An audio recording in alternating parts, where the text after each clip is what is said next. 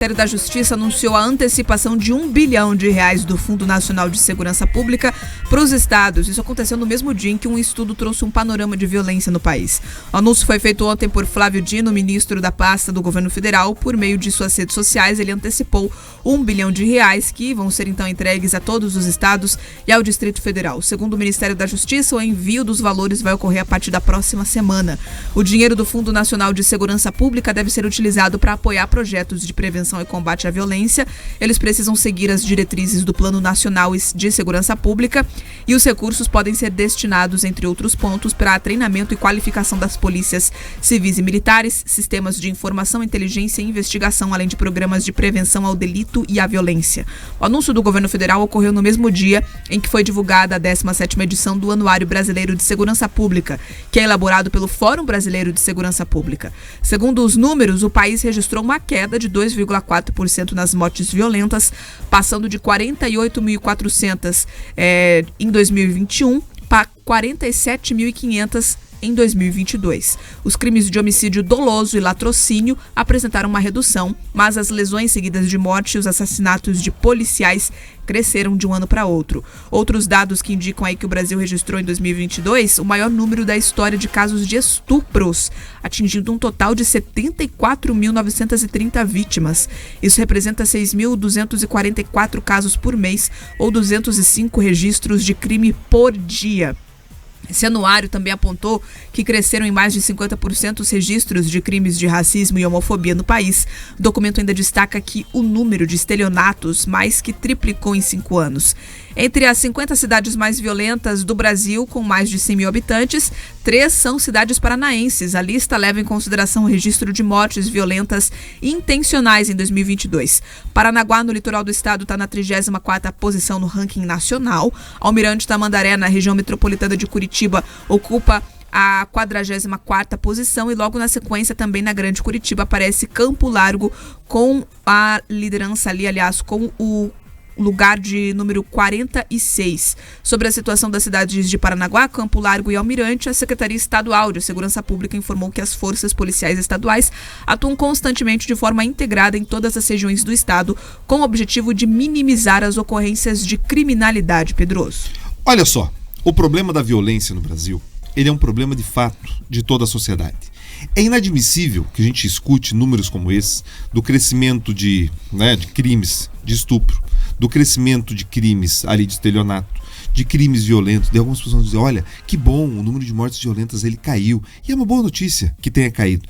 Mas a gente não pode naturalizar, Bia, essa quantidade de gente morrendo. Vamos lá, vamos olhar os números. O Brasil representa na população mundial pouco mais de 2% da população mundial. E com esses dados divulgados, nós temos mais de 20% das mortes violentas. É um dado que a gente não pode se acostumar com ele.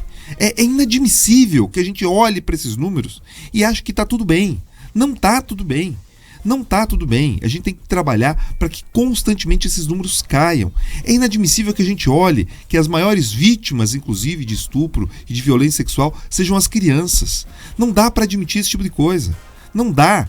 Então, quando você começa a se perguntar quais são os fatores, tá? Você vem ali no histórico de queda desses números, mas você percebe que outros dados, outros crimes, eles têm subido. Então, a gente tem que começar a discutir muito, e a gente já falou aqui com relação à sensação de impunidade. A gente viu aquelas tragédias, tanto que aconteceram em Cambé, quanto que aconteceram ali em Joinville, né, daqueles maníacos que foram agredir ali as escolas, né, destruir muitas vezes o nosso maior patrimônio, que são as crianças. A gente percebe que eles já tinham passagem pela polícia, já tinham sido investigados. Então era importante, sim, que eles estivessem ali, de alguma maneira, presos, que eles tivessem sido retirados do convívio em sociedade. A gente olha também, Bia, o número crescente daquelas pessoas que são liberadas, que foram desencarceradas, como dizem ali os grandes intelectuais ligados ao Conselho Nacional de Justiça, que agora eles estão circulando por aí de tornozeleira eletrônica. Quantas pessoas relatam que foram assaltadas, foram vitimadas por gente utilizando tornozeleira eletrônica? Então, eu acho que a gente tem que começar a entender, o Brasil precisa se olhar no espelho, desnaturalizar esse tipo de situação e perceber que a gente gente precisa sim de segurança para conseguir investir.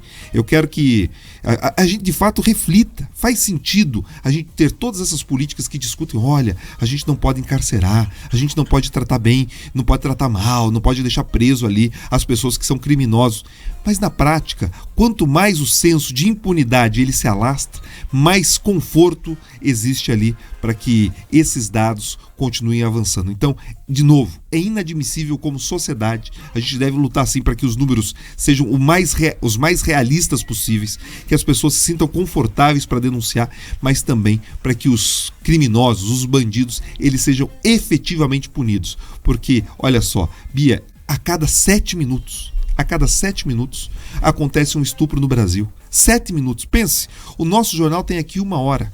1 hora. Nós estamos falando que esse número pode chegar ali a 8, 9 estupros, né? É um dado estatístico, são os relatos.